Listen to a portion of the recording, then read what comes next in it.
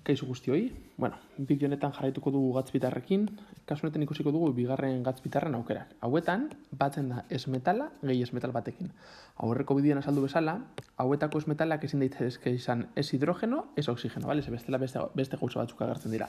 Beraz izan behar dira edozein esmetal, horiek kenduta. Adibidez, bromoa kloroarekin, bromoa fluorrarekin, fosforoa eta fluorra, artzenikoa eta sufrea, bale? Hori dira izango ikusiko ditugun adibideak. Zer da ondo lertu behar dugula? Orain dauzkagu bi esmetal. Bale. Uro atxizkia jarriko diogu eskuinean dagoenari, atzean dagoenari. Honi jarriko diogu uro. Eta bestea izango da, orain arte egin ditugun ariketetan berdin-berdina. Bale? Eskuinean dagoenari uro jartzen diogu, eta nola uro jartzen diogun, bakarrik erabiltzen du balentzia negatiboak. Gogoratu, uro negatiboak. Uro agertzen denean, horrek esan nahi du, bere balentzia negatiboa erabiltzen duela.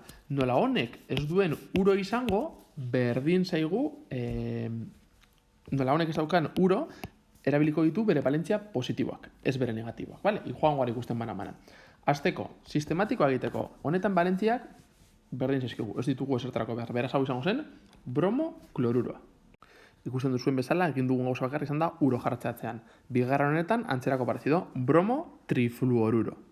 Kasu honetan, fosforo, penta, bost daukagulo, penta fluoruro. Eta azkenik daukagu diartzeniko trisulfuro. Ondo da, berez, ja, sistematiko ikusten duzuenez, da gatzbitarrak bat berdin-berdina, uro bakarrik jartzen diogu atzekoari. Vale? Estok moduan. Vale. Estok honetan jarri behar dugu lehenik eta behin lehenengoaren izena, gero erabiltzen duen balentzia, eta azkenik, hemen jarri dugun berdina. Beraz, kasu honetan izango genuke. Bromo, parentesia, eta hemen kloruroa. Zein izaten da erasoa dakatza? Gu, gatzbitarretan gaudenez, ikasten dugu, esmetalek bere balentzia negatiboa bakarrik erabiltzen dutela. Horrela ikasten dugu. Eta orduan esaten dugu, bromoa esmetala da. Nola esmetala den bere balentzia negatiboa erabiliko du. Eta bromoa, hemen jartzen badugu, bromoak dauka alde batetik. Bere balentzia positiboa dira 1, 3, 5, 7, eta bere balentzia negatiboa -1.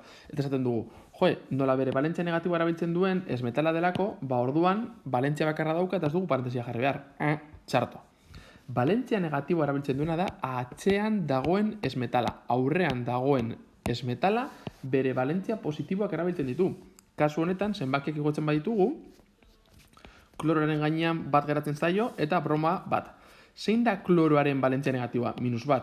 Bat daukagoian? Bai, beraz ondo, ez dago simplifikatuta. Ze balentzia geratzen zaio bromoari? Bat. Balentzia bat baino gehiago dauka? Bat. Bai, beraz, jarri behar dugu hemen, gara ikusi behar duzu bideo hau kamera lenta ondu lertzeko esan dudana, baina ideia da hori, Zenbakia jartzen ditugu, gora igotzen ditut. Begiratzen dut ea hemen kloroaren balentzia negatiboa geratzen den. Hala bada, begiratzen dut bromoaren balentzia. Eta ikusten dudanean, jartzen dut parentesiaren barruan. Egingo dut berdin-berdina honekin. Fija zaitezte. Igotzen ditut zenbakiak, ona etortzen zait 1, ona etortzen zait 3. Fluorraren balentzia negatiboa bat da? Bai, -1 da. Bai, beraz ondo dago, ez dago simplifikatuta. Bromoak erabiltzen duen balentzia beraz, 3 izango da. Beraz da, bromo, kasu honetan bat erabili barrean, 3 erabiltzen du, eta hemen, fluoruroa. Jarraitzen dugu, ona bat igotzen da, ona 5, eta galdetzen dugu. Fluorraren balentzia negatiboa -1 da? Bai, beraz, jarri behar dugu 5 hori. Fosforo, bere balentzia da 5, eta hemen, fluoruroa. Eta azkena, igotzen ditugu hemen zenbakiak, bai, hau ona 2, hau ona 3.